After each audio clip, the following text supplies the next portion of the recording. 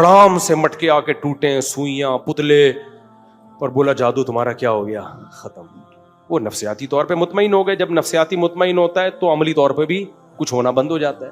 ان کے بڑے, کیا بولوں یار, مسجد کے ممبر, کاش یہ موضوع یہاں کا ہے ہی نہیں, یہ تھڑے پہ چائے کے ہوٹل میں بیٹھ کے بیان کرنے والا موضوع ہے, ٹھیک ہے نا, چھپڑے میں اکیلے میں. کیونکہ مجھے یہاں بیٹھ کے ان کو رسپیکٹ دینی پڑتی ہے, ان عاملوں کو. رسپیکٹ کا مطلب جتنی ذلیل کرنا چاہیے اتنا میں کر نہیں پاتا. مسجد کے تقدس اور احترام. ایک اور عامل ہے یہاں بھی بڑے مشہور ہیں, ان کا کام ہی لوگوں کی بیویوں پہ قبضہ کرنا ہے, لیکن آپ ان کے نام مفتی بھی ہیں. عورتوں کے بنیان سونگتا ہے وہ آدمی, شرم نہیں آتی, بے غیرت آدمی. میں حضرت کی خدمت میں گیا تھا چند سال پہلے, شاید میری پہلی ملاقات تھی, تو میں نے ایک پھلترو دیکھا. کئی سال پہلے کی بات ہے, جب میں حضرت مولانا طارق جمیل صاحب سے ملنے کے لیے گیا تو ایک فراڈیا کو میں نے ان کے ساتھ دیکھا جو حضرت پہ دم کرتا تھا جن بھگانے کے لیے. سمجھ رہے ہو, ہمارے اکابر, ہمارے علماء یہ عاملوں کے آگے آگے ڈھیر ہو جاتے ہیں. تبھی میں کہتا ہوں نا, میں اپنے بڑوں کو, حضرت مولانا طارق جمیل صاحب بھی ہمارے بڑوں میں سے ہیں, بزرگوں میں سے. ہم علم میں, تقوی میں اپنے آپ کو ان کی خاک کے برابر نہیں سمجھتے, لیکن یہ عامل لوگ سب کو بے وقوف بناتے ہیں, چاہے شیخ الحدیث ہو, چاہے رائیونڈ کے مقیمین میں سے ہو, چاہے کسی بزرگ کے خلیفہ ہوں. یہ عاملوں کا منجن ہر جگہ بکتا ہے, سمجھتے ہو. تو ایک پھلترو کی طرح چپکا رہتا تھا مولانا طارق جمیل صاحب کے ساتھ. میں نے پوچھا یہ پھلترو کون ہے, انہوں نے کہا کہ یہ حضرت پہ دم کرتا ہے. حضرت کو وہم ہو گیا تھا مجھ پہ کسی نے کچھ کیا ہے, اور یہ ہمارے اکثر علماء کو وہم ہوتا ہے, اور ان کے پاس ایک ہی دلیل ہوتی ہے کہ جب نبی پہ جادو ہوا تھا تو ہم پہ کیوں نہیں ہو سکتا. امکان کی دنیا تو بہت وسیع ہے. یہ ایسا ہی ہے, جب عیسیٰ علیہ السلام بغیر باپ کے پیدا ہو گئے تو ایک اور واقعہ کیوں نہیں ہو سکتا. بھائی نبی پہ جادو کا اثر ہوا تھا, اس میں ایک حکمت تھی جو علماء نے بیان کی ہے. یہودی آپ کو جادوگر کہتے تھے, تو اللہ نے آپ کو بشریت میں کامل رکھا تاکہ لوگ بشر ہی سمجھیں آپ کو, اور جادوگر نہ سمجھیں آپ کو. تو اللہ نے تھوڑا سا اثر ہونے دے دیا, ورنہ اتنی اندھی لگی ہوئی ہوتی تو ابو بکر پہ کیوں نہیں ہو گیا, عمر پہ کیوں نہیں ہو گیا, عثمان پہ کیوں نہیں ہو گیا, علی پہ کیوں نہیں ہو گیا رضی اللہ عنہم. یہودی یہی کرتے رہتے بیٹھ کے سارا دن. تو اتنا نہیں کھاتا چل رہا یہ جادوگروں کا اور عاملوں کا. ویسے بھی یاد رکھو, مشہور لوگوں پہ نظر لگنے کا امکان بھی تقریباً ختم ہو جاتا ہے, اور جن چڑیل بھوت کے اثرات بھی ان پہ ختم ہو جاتے ہیں. تقریباً ناممکنات میں سے ہے کہ کسی مشہور آدمی پہ جن چڑھے یا جادو کا اثر ہو. بادشاہوں پہ نہیں ہوتا. فرعون کے خلاف ہزاروں جادوگر, موسیٰ علیہ السلام کے خلاف ہزاروں جادوگر تھے. جب فرعون نے دھمکی دی ہے میں تمہیں ہاتھ پاؤں کاٹ کے قتل کر دوں گا, تو جادوگر یوں کر کے سانپ ادھر کا رخ کرتے اور سارے فرعون پہ بھیج دیتے. وہ جادو نہیں آئی میرا خیال ہے بات. وہ ساری رسیاں جو ابھی موسیٰ کے مقابلے میں پھینکی وہ کہاں پھینک دیتے کہ تو کاٹ کے تو دیکھ ہمارے ہاتھ پاؤں. بھائی ایک ماحول بنانا پڑتا ہے ان کو. یخیل الیہ من سحرہم انہا تسعی, انہوں نے مسمرزم کیا جس سے ان کو ایسا لگا کہ رسیاں ہیں, یہ لاٹھی سانپ ہے, حقیقت میں وہ سانپ نہیں بنی تھی. تو ہمارے بڑے بڑے اکابر اس میں بہت پھسل جاتے ہیں. میرے شیخ حضرت مفتی رشید احمد صاحب اس پہ بہت بولا کرتے تھے, اور میں نے تو زندگی گزاری ہے ان عاملوں کو جتنا میں جانتا ہوں. یہ سارے ان کے چہروں کی رونق پہ مت جایا کرو. یہ وہی ناٹک ہے جو میں بھی بتا نہیں رہا تھا. کچھ لوگ غریبوں والا ڈریس پہن کے گھوم رہے ہوتے ہیں, ایسا لگتا ہے غریب کے بچے ہیں. الو کے پٹھو, تم تمیز سے جو تمہیں اللہ نے جتنا مال دیا اس حساب سے لباس پہنو نا.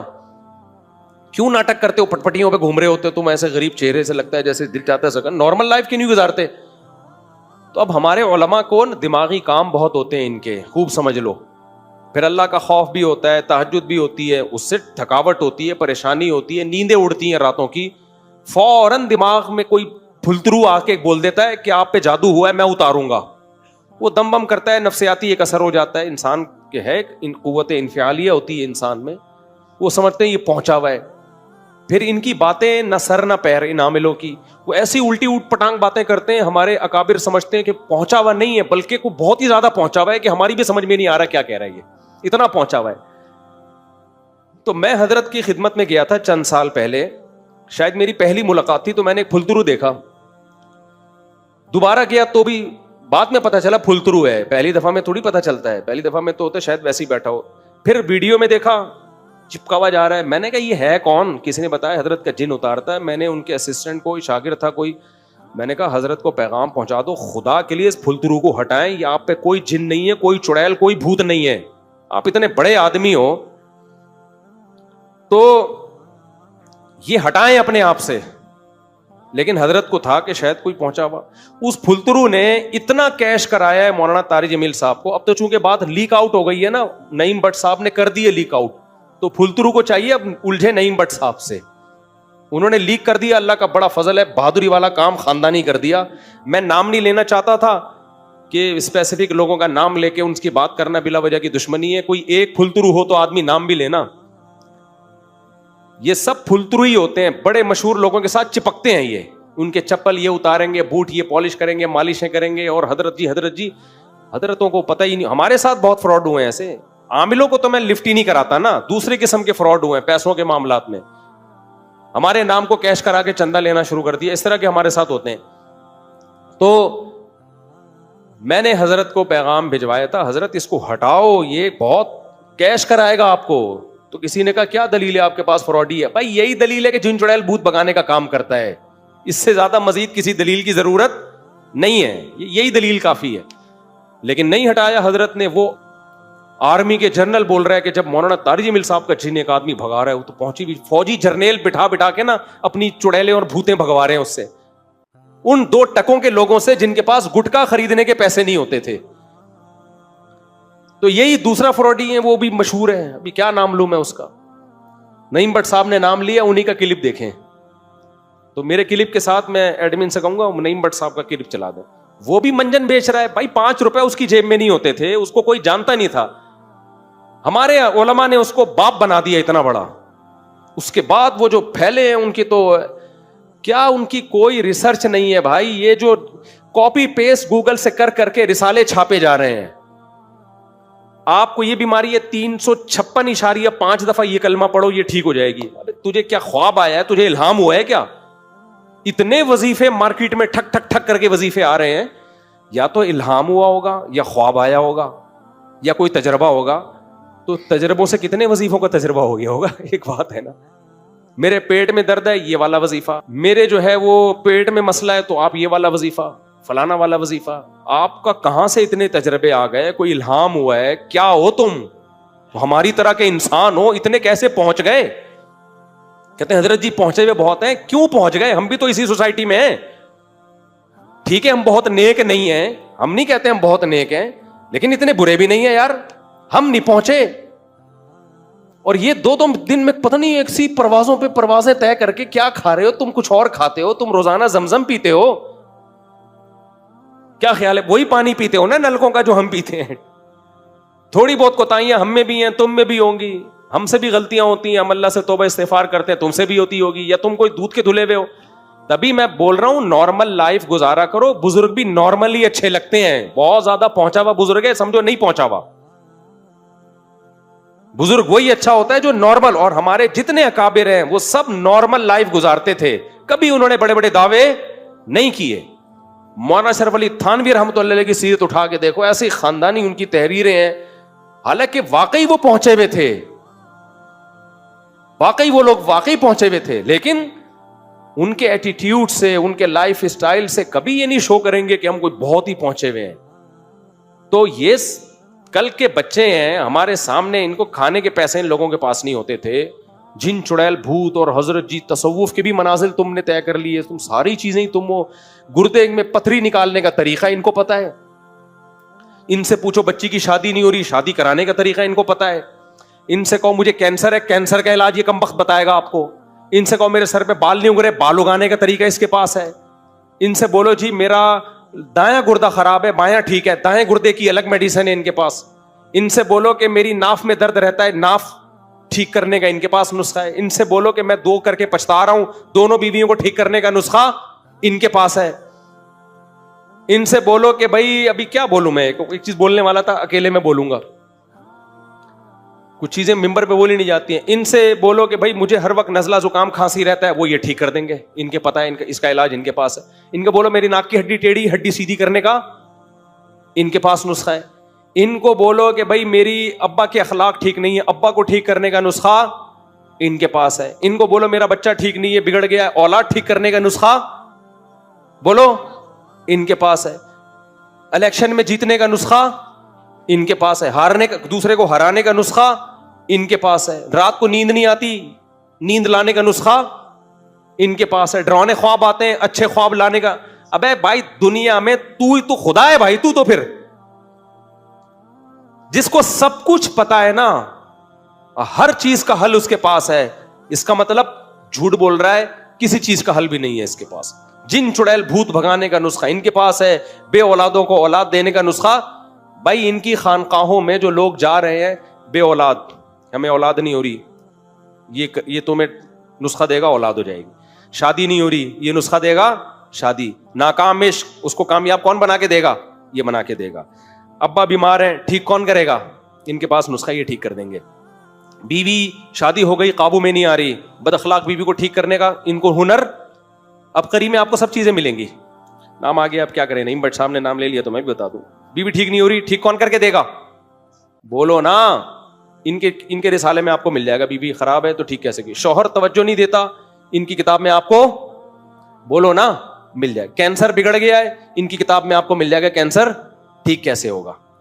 بندہ زندہ ہے مر نہیں رہا, ان کی کتاب میں آپ کو مل جائے گا مارنا, بولو نا کیسے.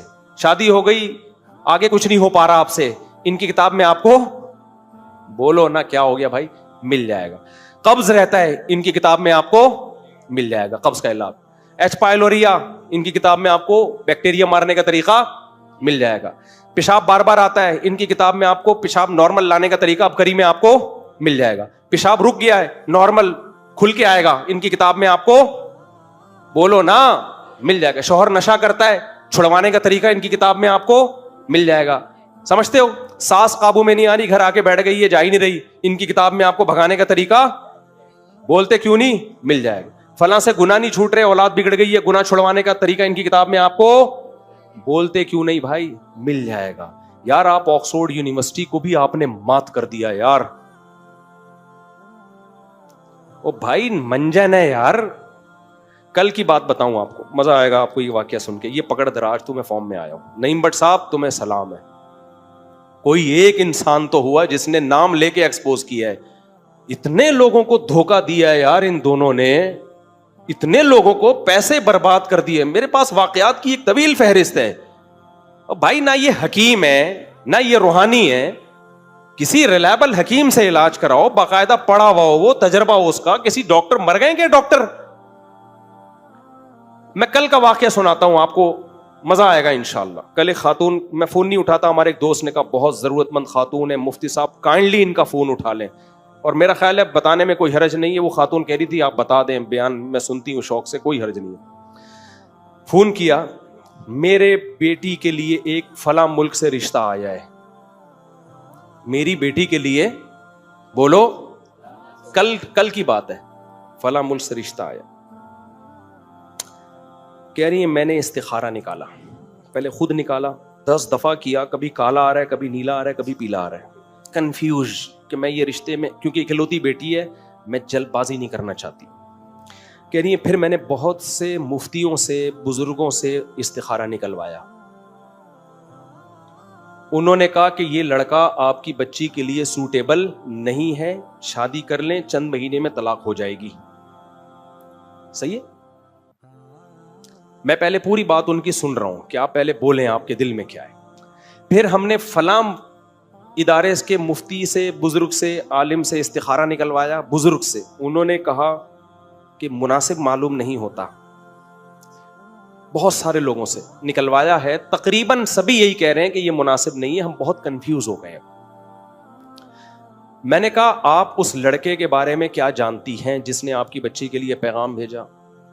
آپ نے اس کے دوستوں سے, قریب کے لوگوں سے معلومات لی. انہوں نے کہا ہم نے ایک اپنے ریلیٹو کو وہاں بھیجا تھا, وہ ریلیٹو اس کو بچپن سے جانتا ہے اور اس نے بتایا کہ لڑکا بہت اچھا ہے, اگرچہ یورپ امریکہ میں رہتا ہے, باہر ملک میں, لیکن وہاں کے ماحول سے بگڑا نہیں ہے, نیک لڑکا ہے, کھاتا پیتی فیملی ہے, جمعے کی نماز اور یہ نمازیں اور وہ جو ایک تمیز کی ہوتی ہے وہ اس کو, وہ ذمہ داری لے رہے ہیں, بندہ ٹھیک.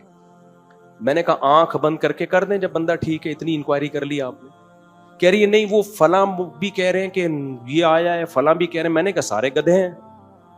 اب وہ خاتون کو توقع نہیں تھی کہ میں اس اسٹائل سے بات کروں گا.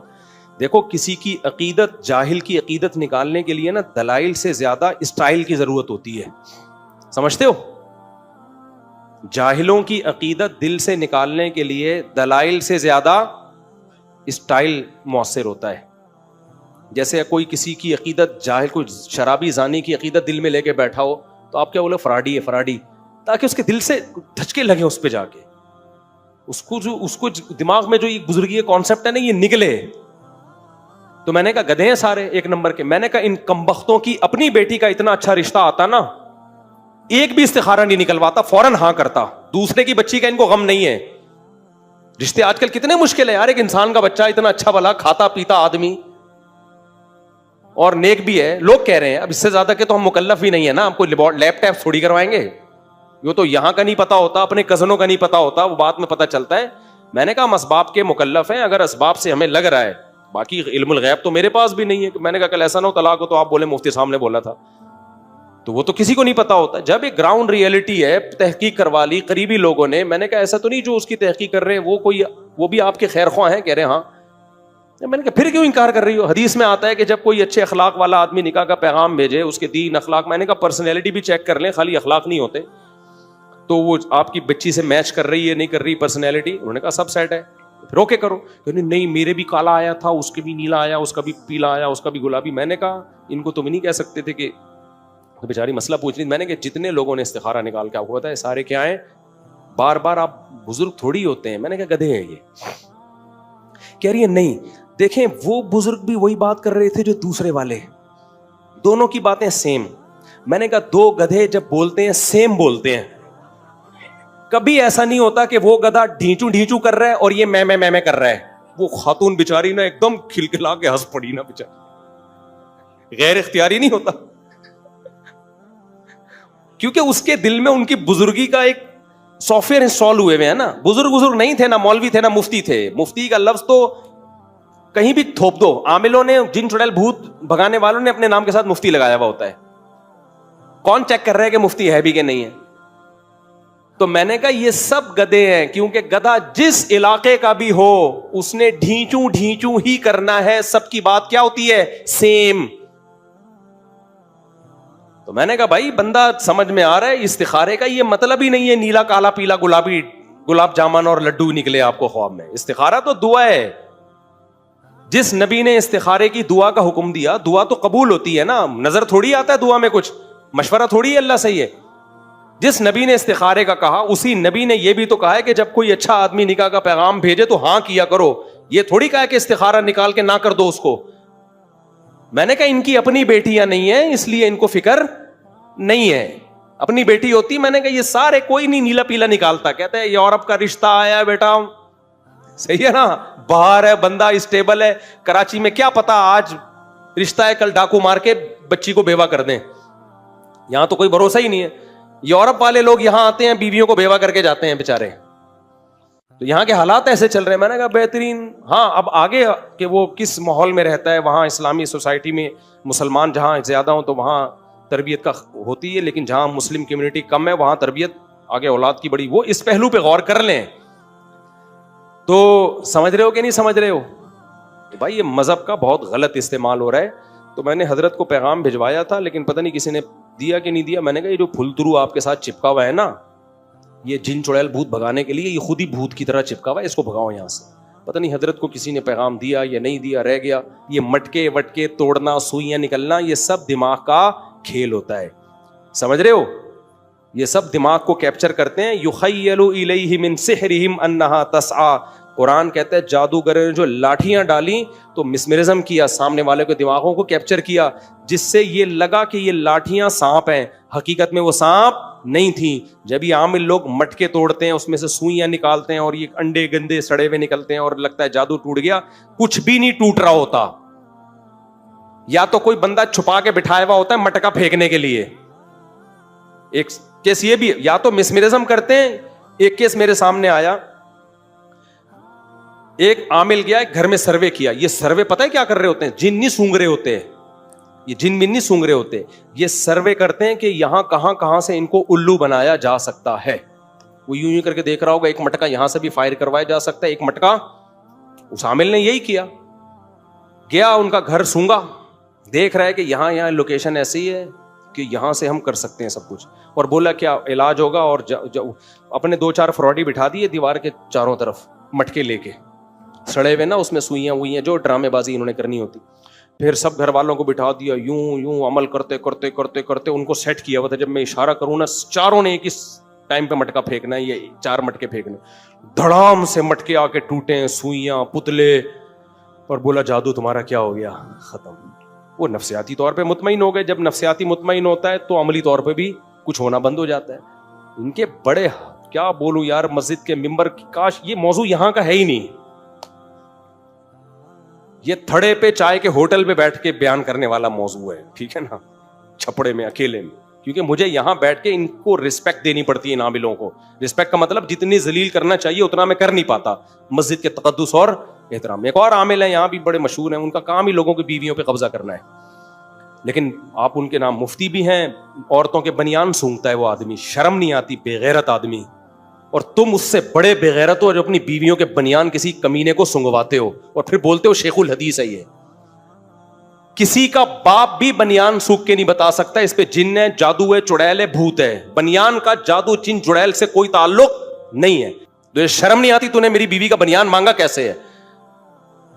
سمجھ میں نہیں آ رہی میرا خیال ہے بات. یہ ڈرامے باز لوگ ہیں, چیخ چیخ کے تھک گئے یار, ہم نہیں سمجھ میں آ رہی. پھر ہمیں لوگ کہتے ہیں حضرت جی بھی تو, بھائی حضرت جی کو نہیں پتا یار, ہر چیز حضرت جی کو نہیں پتا ہوتی. صحیح ہے نا. یہ بیوقوف بناتے ہیں لوگوں کو. نہیں آئے گی اس میں جاؤ. تو نعیم بھائی صاحب کو بھائی سلام, آپ سب لوگ یوں سلوٹ کر دیں ایک دفعہ. بھائی یہ ذرا کیمرہ ان کی طرف کرو, نعیم بھٹ صاحب کو سب کی طرف سے کر دے, سب کو دکھا دے یار. نعیم بھٹ صاحب خوش ہو جائیں گے, بڑا خاندانی کام کیا ہے. نعیم بٹ صاحب نے جو کچھ بھی کبھی کوئی غلطیاں کی ہو ماضی میں یا مستقبل میں, میری اللہ سے دعا ہے اللہ اگلے پچھلے سب معاف کر دے ان کی اس نیکی کے بدلے. وہ کام کیا ہے جو جگر خوش ہو گیا, سبحان اللہ. اب بس ایک کام ان کا اور رہ گیا, نعیم بٹ صاحب کا 4 شادیاں کر لیں. تو جو ابھی تو جو انجانے میں گناہ ہو گئے وہ معاف ہو جائیں گے نا, تو جان کر ہوں گے اللہ امید ہے وہ بھی معاف کر دے. وہ رہ گیا, وہ نہیں کریں گے. اچھا بھائی, نعیم بٹ صاحب زندہ باد, بڑا مزہ آیا یار. مولانا طارق جمیل صاحب پہ مجھے بہت ترس آتا ہے, کیونکہ میں ان کے مجاہدے جانتا ہوں, کیسے زندگی میں دولت کو لات ماری ہے انہوں نے, کیسے مجاہدوں میں ٹائم گزارا, پوری زندگی تبلیغ میں چل چل کے پہیا بن گئے. آج ہر دوسرا آدمی یہ لینڈ کروزر میں گھومتے ہیں, یہ بھائی وہ کروڑ پتی خاندان میں پیدا ہوئے ہیں, پھر بھی انہوں نے دولت کمائی نہیں. جو کچھ ملا باپ کی وراثت ہے. تو اس پہ کیوں تنگ کر رہے ہو کسی کو؟ آخری عمر میں, بڑھاپے میں ان کا احترام کرو. کوئی علمی کسی پہ کوئی اعتراض ہے تو وہ شائستہ انداز میں بیان کر دو. اچھا آج کل سوشل میڈیا پہ کسی کی رائے کے خلاف کوئی بات کرو تو فوراً یہ پیسے لے رہا ہے, یہ ڈالر لے رہا ہے. تو یہ بہت آج کل ایک چل رہا ہے کہ کسی پہ کچھ بھی الزام لگا دو, ڈالر خور, ڈالر لیتے ہیں یہ. تو گورنمنٹ پہ کسی پہ کوئی الزام لگانے پر پابندی نہیں ہے, آپ لگا دیں پابندی. جی الیہم فلنا, ڈالر اتنا امریکہ بھی فالتو نہیں بیٹھا ہوا, یا حکومت بھی کہ وہ فری پھوکٹ کے ڈالر بانٹتی رہے بیٹھ کے. جب بھی کوئی دلیل سے بات کرے نا, اس کا جواب دلیل سے دیا کرو, پروپیگنڈے کا شکار مت ہو. سارے علماء ڈالر خور ہیں, سارے مولانا ہی سرکاری مولانا ہیں, مفتی تقی صاحب بھی, مفتی عبدالرحیم صاحب بھی, فلاں بھی فلاں بھی فلاں بھی. بس یہ 2-4 لوگ آئے ہیں دنیا میں جو کمنٹس کرنے, یہ ہیں نیک. انسان ایک دم نہیں بگڑ جاتا, یہ ذہن میں رکھو. جو بگڑے ہوئے ہوتے ہیں وہ شروع سے ہی بگڑے ہوئے ہوتے ہیں. نجاشی نے, جعفر طیار نے جب ہرقل, حضرت ابو سفیان نے ہرقل کے سامنے کہا کہ ہم پیغمبر پر ایمان لائے ہیں, تو ہرقل نے کیا کہا تھا؟ کیا انہوں نے زندگی میں کبھی جھوٹ بولا ہے؟ تو حضرت جعفر طیار نے کہا نہیں. تو بادشاہ نے کہا یہ نہیں ہو سکتا کہ کسی نے زندگی پر جھوٹ نہ بولا ہو اور بولنے پر آیا تو اتنا بڑا جھوٹ بول دیا. تو یہ جتنے بھی علماء ہیں, یہ زندگیاں ان کی ماضی اٹھا کے دیکھو, کس قدر مجاہدوں میں انہوں نے ٹائم گزارا. آپ ان کی موجودہ حالت کو دیکھ رہے ہو. مولانا طارق جمیل صاحب پہ مجھے بہت ترس آتا ہے, کیونکہ میں ان کے مجاہدے جانتا ہوں, کیسے زندگی میں دولت کو لات ماری ہے انہوں نے, کیسے مجاہدوں میں ٹائم گزارا, پوری زندگی تبلیغ میں چل چل کے پہیا بن گئے. آج ہر دوسرا آدمی یہ لینڈ کروزر میں گھومتے ہیں, یہ بھائی وہ کروڑ پتی خاندان میں پیدا ہوئے ہیں, پھر بھی انہوں نے دولت کمائی نہیں, جو کچھ ملا باپ کی وراثت ہے. تو اس پہ کیوں تنگ کر رہے ہو کسی کو؟ آخری عمر میں, بڑھاپے میں ان کا احترام کرو. کوئی علمی کسی پہ کوئی اعتراض ہے تو وہ شائستہ انداز میں بیان کر دو. کیسی انگلیاں اٹھا رہے ہیں دربار میں جانے والے, کبھی 1 روپے کے لیے کسی سرکاری دربار میں نہیں گئے ہیں, وہ 1 روپے لینے کے لیے بھی نہ کسی سے ملے ہیں. جب ملے ان کو تبلیغ کرنے کے لیے ملے, وہ مبلغ ہیں, دائی ہیں. اور یہ جتنے لوگ اعتراض کر رہے ہوتے ہیں نا, خود ان کا ذرا سا بھی کام ہونا تو پھر دیکھو یہ کیسے درباری بنتے ہیں. یہ تو جس کو باپ سے دولت ملی ہے اس کو بھی چین سے نہیں جینے دیتے. باقی کوئی اعتراض ہے کرو. ہاں کچھ یہ ضرور ہے کہ ایسے مشہور لوگوں کو بعض دفعہ کچھ دائیں بائیں لوگ کیش کرا رہے ہوتے ہیں. دائیں بائیں کچھ لوگ ایسے ہوتے ہیں جو ان کے نام کو استعمال کر رہے ہوتے ہیں. تو وہ ٹھیک کا مطلب یہ نہیں کہ ان کے دائیں بائیں کوئی بھی ہوگا وہ بھی 100% ٹھیک ہی ہوگا. بہت ہم نے بھی اپنے ساتھ دیکھا ہے, ہم تو اتنے بڑے آدمی ہیں نہیں, لیکن ہمارے نام کے منجن لوگ بیچ رہے ہوتے ہیں. ہمارے نام پہ کیا کیا 2 نمبریاں ہو رہی ہوتی ہیں. لیکن مولانا کو ہم ذاتی طور پہ جانتے ہیں, سخاوت کا دریا ہے, غریبوں کے لیے, مساکین کے لیے. اخلاق ان کے دیکھو یار, اتنا حوصلہ, اتنی برداشت میرے اندر تو نہیں ہے, صحیح بتا دو. عبادت گزار ہیں, تہجد گزار ہیں, تو لیکن طنز دیکھو, طنز دیکھو. ہر دوسرا آدمی مالداروں سے ملتے ہیں, غریبوں سے نہیں ملتے. تم نے ملتے ہوئے دیکھا ہے ان کو, غریبوں سے ملتے ہیں کہ نہیں ملتے؟ ان کی ویڈیوز آ جاتی ہیں جب دولت مندوں سے مل رہے ہوتے ہیں. ٹماٹر والے سے ملتے ہیں تو کوئی ویڈیو نہیں بنا رہا ہوتا, کیونکہ پروگراموں میں ویڈیوز بنتی ہے نا, ہر جگہ تھوڑی ویڈیو بنتی ہے. ہیجڑوں پہ محنت کریں تو یہ ان کا حوصلہ ہے, کہتے ہیں دیکھو ہیجڑوں کے پیچھے پڑے ہوئے ہیں. یار تم جاؤ 2-4 منٹ کسی ہیجڑے کے ساتھ بیٹھ کے تبلیغ کرو, اس کو تمہیں اندازہ ہو جائے گا. تو بس کر دو منفی باتیں پھیلانا, بس کر دو. اور پتہ ہے یہ منفیت بار بار, وہ بھی برا, وہ بھی برا, وہ بھی برا, وہ بھی ایسا, سب خراب ہیں, یہ صحیح ہیں 4-6 آدمی بس دنیا میں جو کمنٹس کر رہے ہوتے ہیں نیچے. منفی سوچتے رہنے سے نا انسان ڈپریشن کا ڈبہ بنتا ہے اور تھوڑے دنوں میں اپنی موت خود ہی مر جاتا ہے. مثبت سوچنا سیکھو, پازیٹیو سوچنا سیکھو. سمجھتے ہو کہاں سے کہاں بات چلی گئی؟ وہ انٹرویو لیا نا ان سے پوڈ کاسٹ میں کہ آپ تو سادگی کی تعلیم دیتے ہیں اور خود آپ گاڑیوں میں گھومتے ہیں. تو سلیمان علیہ السلام سادگی کی تعلیم دیتے تھے کہ نہیں دیتے تھے, جن کا ہم واقعہ سن رہے ہیں؟ اور ایسا عرش رکھا ہوا تھا, آگے آ رہا ہے, ایسا تخت, لگژری تخت تھا کہ آپ کی سوچ جہاں ختم ہوتی ہے وہاں سے سلیمان علیہ السلام کا تخت شروع ہوتا ہے. تو دولت رکھنا سادگی کے خلاف نہیں ہے. سمجھتے ہو کہ نہیں سمجھتے؟ ایک صاحب کہنے لگے MTJ کی پروڈکٹ کی قیمتیں دیکھو تو ہوش اڑ جاتے ہیں, تو مت خریدو نا, ساتھ والی غریب والی دکان سے خرید لو. بہت زیادہ قیمت پہ بیچ رہے ہیں تو مت خریدو بھائی. اور وہ کون سا دکان پہ بیٹھ کے بیچ رہے ہیں, تو نیچے لوگ ان کا بزنس سنبھالا ہوا ہے, نام ان کا استعمال ہو رہا ہے, اور اگر بیچ رہے ہیں ڈبل ٹرپل کر کے بیچ رہے ہیں تو آپ مت خریدو نا, آپ کا دماغ خراب ہے, وہیں سے لوگے آپ. انہوں نے کہا ہے کہ جو میرے MTJ سے جو خوشبو نہیں خریدے وہ دائرہ اسلام سے خارج ہے, مت خریدو یار, آپ بے وقوف ہو. تو پرسنل لائف میں اس طرح سے, جو میں نہیں کہہ رہا وہ فرشتے ہیں ان سے غلطی نہیں ہو سکتی, کوئی علمی لحاظ سے کسی پر کوئی اشکال ہو تو مہذب طریقے سے کیا جا سکتا ہے, وہ ٹھیک ہے, وہ تو اللہ کے پیغمبر کے علاوہ کوئی بھی غلطی سے پاک نہیں ہے. تو بہت افسوس ہوتا ہے, قوم جو ہے نا بہت منفی سوچتی ہے, بہت منفی سوچتی ہے. خیر اچھا بھائی, تو سلیمان علیہ السلام نے فرمایا ارجی الیہ, واپس. وہ ہدیہ لے کر آئے تھے نا, اس کا خیال یہ تھا یہ ہدیہ دیکھ کے کیا ہو جائے. ہاں میں یہ کہہ رہا تھا کہ جس نے زندگی میں کبھی ڈالر نہ لیے ہوں حکومت سے, اسٹیبلشمنٹ سے, امریکہ میں, وہ کیوں اب ڈالر لے کے غلط بیانی کرے گا. آپ یہ بول دو اس کے بیان پہ ہمیں اعتراض ہے, ہم ان کے بیانیہ سے متفق نہیں ہیں. یہ نہیں بولو کہ ڈالر لیے ہوئے ہیں, یہ نہیں بولو. اور آج جو بول رہے ہیں کہ وہ انہوں نے فلاں سے ڈالر لیے ہوئے ہیں, یہی بات جب وہ ان سے مل رہے تھے تو وہ کہہ رہے تھے انہوں نے فلاں سے ڈالر لیے ہوئے ہیں, یعنی یہ بھی ڈالر دے رہے ہیں وہ بھی ڈالر دے رہے ہیں, تو یہ سب سے ڈالر لے رہے ہیں. اور یہ نہیں ہوتا بھائی, جب ان سے ملے تھے انہوں نے ڈالر دیے تھے تو یہ والے تھوڑی دیں گے, بولیں گے تو اس کا آدمی ہے. پھینکتے رہو, گورنمنٹ کی طرف سے کوئی پابندی نہیں ہے پھینکنے پر. اچھا بھائی, تو ہم چلتے ہیں. تو سلیمان علیہ السلام نے فرمایا ارجع, واپس. آپ ان کی رائے سے اختلاف کرو, سیاست میں بھی اختلاف کرو ان سے. ہم یہ نہیں کہہ رہے جو ان کے سیاسی موقف ہے آپ اس کی حمایت کرو, نہ, آپ اختلاف کرو ان کے سیاسی موقف سے. آپ بولو آپ کی جو سیاسی رائے ہے ہم اس سے متفق نہیں ہے, 100 دفعہ کرو. یہ نہیں بولو کہ آپ اس رائے میں مخلص نہیں ہیں, آپ پیسے لے کے یہ رائے دے رہے ہیں. یہ بہت بڑا الزام ہوتا ہے, پیسے دے کے بیانیاں بدلنا. یہ کوئی بہت ہی غلیظ پلید آدمی ہوتا ہے جو یہ کام کرتا ہے. یہ کوئی بہت زیادہ اس کے لیے گندا ہونا پڑتا ہے, جو اچانک نہیں ہو جاتا. جو پیدائشی گندے ہوتے ہیں, باپ دادا سے یہ چیزیں سیکھی ہوتی ہیں. ہرقل نے کہا تھا ابو سفیان سے 40 سال کسی نے جھوٹ نہیں بولا, اور وہ جھوٹ بولنے پر آئے تو اتنا بڑا جھوٹ کہ میں اللہ کا پیغمبر ہوں. یہ نہیں ہو سکتا.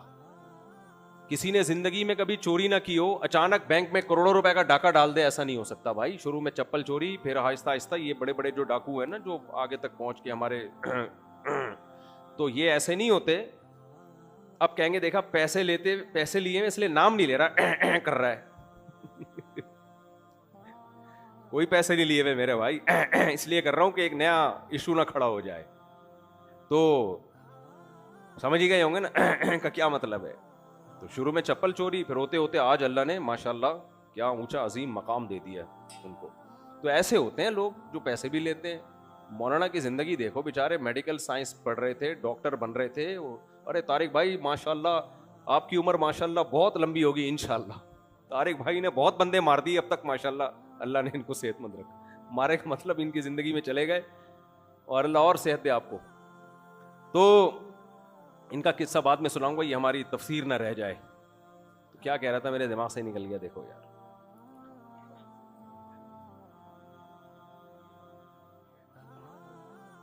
ہاں, مولانا ڈاکٹر بن رہے تھے, وہاں سے تبلیغ میں آئے, اور پھر جو انہوں نے وہاں تبلیغ میں مجاہدے کیے ہیں, وہ جاؤ ان کے بڑوں سے پوچھو اور خود ان سے پوچھو جا کے.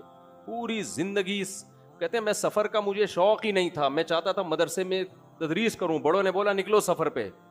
ایک دفعہ میں نے ان کا بیان سنا, کہہ رہے ساری زندگی سفر کرتے کرتے پہیا بن چکا ہوں میں.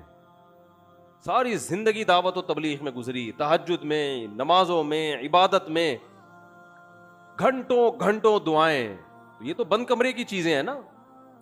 تو وہ ڈالر نہیں لیں گے بھائی. ان کی رائے سے اختلاف کرو کہ حضرت آپ کی رائے ٹھیک نہیں ہے, غلط ہے, علمی اختلاف ہے وغیرہ وغیرہ. یہ کہنا کہ وہاں سے پیسے لیے ہیں, وہاں سے پیسے لیے ہیں. اسی طرح ان کی رائے کے خلاف اگر کوئی جاتا ہے دوسرا عالم, بعض علماء ان کی رائے کے بالکل 180 ڈگری پر ہیں, کہتے ہیں بالکل غلط کہہ رہے ہیں, ان کی یہ سیاسی رائے ہو یا کوئی بھی, تو وہ بھی پیسے نہیں کھا رہے, ان کی بھی اپنی ایک رائے ہے. تو یہ بولو بھائی ان کی رائے سے ہمیں اختلاف ہے یا ان کی رائے سے ہمیں اتفاق ہے. یہ جو ہے نا ڈالر اور اسٹیبلشمنٹ اور امریکہ, یہ الزام آسان نہیں ہے. اور جو کمنٹس کر رہے ہوتے ہیں زیادہ تر انہی میں اس طرح کے جراثیم ہوتے ہیں. کیوں لیں گے بھائی, ہم نے لینے ہوتے تو ہم اس وقت لے لیتے جب ہمیں بہت شدید ضرورت تھی. لوگ کہتے ہیں اس وقت آپ مشہور نہیں تھے, ہم بہت پہلے سے مشہور ہیں, کبھی خوشبو لگا کے آؤ ہم بتائیں گے. بہت بڑا کراؤڈ ہمارے بیان میں. میرے بیان میں مجھے یاد ہے ایک جمعے کی مسجد میں میں نے بیان کیا تھا, 1998 کی بات ہے, اتنا کراؤڈ تھا اس میں. 1998 کی بات کر رہا ہوں میں. سوشل میڈیا کے آنے سے پہلے بھی ہمارے بیان میں کافی کراؤڈ ہوا کرتا تھا. اور مجھے یاد ہے 2006 میں کسی دعوت پہ میں گیا, علماء بیٹھے ہوئے تھے, سادہ موبائل ہوا کرتے تھے. 1.5 گھنٹے ہم وہاں بیٹھے رہے ہیں, مسلسل کالز آتی رہی ہیں 1.5 گھنٹے کے دوران. پوری دنیا سے لوگ مسائل پوچھ رہے تھے. کوئی وہاں سے فون آتا, اس کا جواب, اس وقت فون اٹھا لیا کرتا تھا. تو وہ بھی علماء حیران ہو رہے تھے, بھائی اس بندے کے پاس 1 سیکنڈ کے لیے فون بند نہیں ہوا ہے, کہاں کہاں سے کالز آ رہی تھی اس وقت. یہ تو اب میڈیا کا دور تو اب آیا ہے, نیٹ پہ ہم بات میں گئے. تو ہم نے اس وقت کسی سے پیسے نہیں لیے, اب کیوں ہم پیسے لیں گے. اور اس وقت تو ہم غریب غربا قسم کے آدمی تھے وہ تو. اور اس وقت بھی حالات بہت کچھ گئے آگے, ایسے خراب حالات ہوئے ہیں کہ اس میں بھی الٹا سیدھا بیان دیا جا سکتا تھا امریکہ کو خوش کرنے کے لیے, اسٹیبلشمنٹ کو خوش کرنے کے لیے. تو رائے سے اختلاف ضرور کیا کرو. یہ جو ڈالر کا اور فلانے کا پٹھو ہے, فلانے کے پیسے لے رہا ہے, یہ منجن پڑھے لکھے لوگوں میں نہیں بکتا. اچھا میرے بھائی, ابھی ہمارے کسی جاننے والے کا ایکسیڈنٹ ہو گیا سول ہاسپٹل میں, مجھے فون کر رہے ہیں 2 دن سے کوئی سول میں جاننے والا ہو. میں نے کہا کوئی جاننے والا سول میں نہیں. پھر کہنے جنا میں بتا دو. میں نے کہا نہیں ہے, ہمارے اپنے قریبی رشتے دار ہیں. کہہ رہے ہیں یار آپ تو ایسے ہی اتنے مشہور ہو. میں نے کہا بھائی ہمارے پاس تو کسی کا نمبر نہیں ہے, کوئی جاننے والا نہیں. بیچارے پھر 7-8 لاکھ روپے پرائیویٹ ہاسپٹل میں خرچہ ہوا, ٹانگ ابھی ان کی جڑی ہے, عیادت تک کے لیے نہیں جا سکا 2-3 دن میں, اتنی مصروفیت ہے. پیغام کل بھجوا دیا تھا, جب جڑ جائیں تو بتا دینا. اللہ شفا دے ان کو. اچھا خیر, جانا چاہیے, رشتے دار ہیں بھائی اور ہیں بھی سسرالی. آج کل بہت زیادہ فضائل اعمال میں کرامتیں اور فلاں نے کرامتیں, اور حالانکہ یہ کرامتوں کا باب تو اتنا وسیع ہے. حدیث کی کتابوں میں کرامتیں, علامہ ابن تیمیہ رحمہ اللہ تعالی نے تو اتنی تابعین تبع تابعین کی کرامتیں ذکر کی, آپ حیران ہو جاؤ گے. ابن قیم اور ابن تیمیہ نے, یہ سارے غلط تھوڑی تھے, جھوٹے تھوڑی تھے. کوئی قبر میں نماز پڑھ رہا ہے مرنے کے بعد, کوئی کسی کا گدھا زندہ ہو رہا ہے, اہل اللہ کے واقعے, سب محدثین واقعات لکھ رہے ہیں. تو یہ صرف فضائل اعمال میں نہیں ہے, کتابیں بھری ہوئی ہیں ایسے واقعات سے. لیکن جن لوگوں کا بیچاروں کا مطالعہ ہی نہیں ہے, کیونکہ عربی آتی نہیں ہے, یہ زیادہ تر واقعات عربی کتابوں میں اور حدیث یعنی محدثین ذکر کرتے ہیں یہ واقعات. تو یہ سلسلہ آدم علیہ السلام کے زمانے سے چلا آ رہا ہے, معجزوں کا بھی اور کرامتوں کا بھی. تو معجزے اور کرامت میں کیا فرق ہے؟ معجزہ پیغمبر کے ہاتھ پہ, کرتا کون ہے؟ اللہ. کرامت بھی اللہ ہی, لیکن ہاتھ کس کا ہوتا ہے؟ ولی کا, پیغمبر کا نہیں ہوتا. ایک عقیدہ یہ سمجھ لو. دونوں ایسے کام ہوتے ہیں جس کی کوئی سائنٹیفکلی لاجک بنتی نہیں. اللہ کرتا ہے تو اللہ تو سب کچھ کر سکتا ہے, آگ میں زندہ بھی رکھ سکتا ہے. یہ ابراہیم علیہ السلام کا آگ میں زندہ رہنا صرف ان سے ثابت نہیں ہے, بعض اولیاء سے بھی ثابت ہے کہ آگ میں زندہ رہے وہ. مجھے موقع ملا نا تو اس پہ میں ایک کلپ انشاءاللہ ریفرنسز کے ساتھ ریکارڈ کرواؤں گا. یہ تو بہت واقعات ہیں اس طرح کے. تو کرامت اور معجزے میں دونوں کس کی طرف سے ہیں؟ اللہ. لیکن ایک فرق ہے, معجزے کا یقین کرنا ضروری ہے, جو انکار کرے گا کافر. اگر اس معجزے کا ذکر قرآن نے کیا ہے, سمجھ رہے ہیں, اسی طرح وہ کرامت جس کا ذکر قرآن نے کیا ہے اس کا انکار کرنے سے بھی کیا ہو جائے گا؟ کافر, کیونکہ ثبوت اس کا مستند ہے. اب قرآن نے نبیوں کے معجزے کا بھی ذکر کیا اور ولیوں کی کرامتوں کا بھی قرآن نے ہی ذکر کیا. مثال کے طور پر یہ جو واقعہ ہے, سلیمان علیہ السلام نے کہا کہ ایکم یاتینی بعرشھا قبل ان یاتونی مسلمین, کہ کون ہے اس کا عرش تخت اٹھا کے لے آئے اس کے یہاں پہنچنے سے پہلے. یہ سلیمان علیہ السلام خود نہیں کر رہے, اپنے کسی امتی کے ذمے لگا رہے ہیں, امتی کے ذمے لگا رہے ہیں. تو قرآن کہتا ہے قال عفریت من الجن, ایک جن نے کہا انا آتیک بہ قبل ان تقوم من مقامک. بھائی وہاں اس کا یہاں تک پہنچنا تو دور کی بات, حضرت آپ مجلس برخاست ہوگی اس سے پہلے میں لے آؤں گا یہاں پہ. قرآن کہتا ہے قال الذی عندہ علم من الکتاب. ہم کہہ سکتے ہیں بھائی جن تھا نا, وہ جن تو اڑ کے جائے گا, اٹھا کے لے آئے گا, یہ تو کرامت تو نہ ہوئی. تو ایک بزرگ نے کہا جن کو اللہ نے کتاب کا علم یعنی زبور کا علم دیا تھا, انہوں نے کہا انا آتیک بہ قبل ان یرتد الیک طرفک, میں آپ کے پاس لے کر آؤں گا آپ کی پلک جھپکنے سے پہلے. یہ کہا اور تخت حاضر. یہ کیا تھی بھائی؟ یہ سلیمان علیہ السلام کا معجزہ تھا اور اس ولی کی کرامت. یہ سلیمان علیہ السلام کا معجزہ کیوں تھا؟ وجہ علماء نے یہ بیان کی ہے کہ ان ولی کو جو ولایت ملی وہ سلیمان علیہ السلام کی پیروی کی وجہ سے ملی, سلیمان علیہ السلام کو فالو کرنے کی وجہ سے ملی. تو ہر ولی کا معجزہ اس پیغمبر کا, ہر ولی کی کرامت اس پیغمبر کا معجزہ ہوتا ہے جو ولی اس پیغمبر کی امت میں ہے. تو نبی صلی اللہ علیہ وسلم کی امت میں قیامت تک جتنی ولیوں کے ہاتھ پہ کرامتیں ظاہر ہوں گی, اولیاء اللہ کے ہاتھ پہ, یہ ان ولیوں کی کرامتیں ہوں گی. لیکن معجزہ کس کا ہوگا؟ یہ پیغمبر صلی اللہ علیہ وسلم کا, کیونکہ وہ نبی کو فالو کرنے کی وجہ سے اللہ نے ان کے ہاتھ پہ یہ سارے کام کیے ہیں. تو یہ جو کرامت ہے نا, اس کا ایمان لانا ضروری ہے, کیونکہ یہ کس کے دربار, یہ اس کا نقل کرنے والا کون ہے؟ قرآن. اگر آپ کا انکار کریں نہیں ایسا کچھ بھی نہیں ہوا تو کافر ہو جائیں گے. اسی طرح حضرت مریم کو اللہ نے شوہر کے بغیر بیٹا دے دیا. یہ کس کی کرامت ہے؟ حضرت مریم کی. حضرت مریم پیغمبر نہیں تھی. شوہر کے بغیر کسی عورت کے بیٹا ہو سکتا ہے؟ ان ہو گیا بیٹا. تو یہ کرامت کس کی ہے؟ حضرت مریم کی. اور اس پر ایمان لانا ضروری ہے. عیسیٰ علیہ السلام بغیر باپ کے پیدا ہوئے. یہ معجزہ ہے کس کا؟ عیسیٰ ابن مریم کا. اس کو بیان کون کر رہا ہے؟ بولو. قرآن بیان کر رہا ہے. اب آگے چلیں. ایسے بہت سارے واقعات ہیں. تو ہم جب آگے جاتے ہیں نبی صلی اللہ علیہ وسلم کی. اچھا یہاں ایک بات یہ بھی رکھیں کہ کرامت کا صادر ہونا اس بات کی علامت نہیں ہے کہ یہ ولی پیغمبر سے بہتر ہو گئے ہیں. کچھ کرامتیں ایسی ہیں جو پیغمبروں کے ہاتھ پہ وہ معجزے ظاہر نہیں ہوئے, ولیوں کے ہاتھ پہ ہوئے ہیں. کچھ کرامتیں صحابہ پہ نہیں ہوئی, تابعین پہ ہوئی. ابن تیمیہ رحمہ اللہ نے تو یہ لکھا ہے, بلکہ یہ تو روایات سے ثابت ہے کہ صحابہ کے دور میں اتنی کرامتیں صحابہ کے ہاتھ پہ نہیں ہوئی ہیں جتنی تابعین کے ہاتھ پہ کرامتیں ظاہر ہوئی ہیں. اور میں نے تو خود اپنی آنکھوں سے مشاہدہ کیا بعض کرامتوں کا. میں اس کی ڈیٹیل میں نہیں ابھی جاتا کہ جو کم درجے کا نیک تھا اس کے ہاتھ پہ کرامت ظاہر ہوئی, جو زیادہ درجے کا نیک تھا اس پہ کرامت ظاہر نہیں ہوئی. تو یہ کوئی اچھمبے کی بات نہیں ہے. لوگ فوراً جب کوئی کرامت کا واقعہ آتا ہے کہتے ہیں ابے ابو بکر تو ایسی کرامت کر نہیں سکے, فلاں بزرگ کو تو آگ میں پھینکا وہ تو جل گئے, اور وہ بات کے 200 سال پہلے کے بزرگ کو آگ میں ڈالا وہ نہیں جلے. ابے پھینک رہے ہیں لمبی لمبی, کیا کر رہے ہیں بھائی؟ اس بیس پہ آپ انکار نہیں کر سکتے. ہاں انکار اس بیس پہ کرو کہ بھائی اس کا ثبوت کیا ہے, یہ بیان کرنے والا کون ہے. بیان کرنے والا ثقہ ہے تو اس کی خبر کو مانا جائے گا. 2-3 شرطوں کے ساتھ کرامت کو مانا جائے گا. 3 شرطوں کے ساتھ. بیان کرنے والا قابل اعتماد, جس کی کرامت بیان کی جا رہی ہے اس کا بزرگ ہونا ثابت ہو جائے, یہ وہ خود 2 نمبر نہیں ہے. اور تیسری بات, اس سے کوئی شرعی حکم کو تبدیل نہ کیا جائے.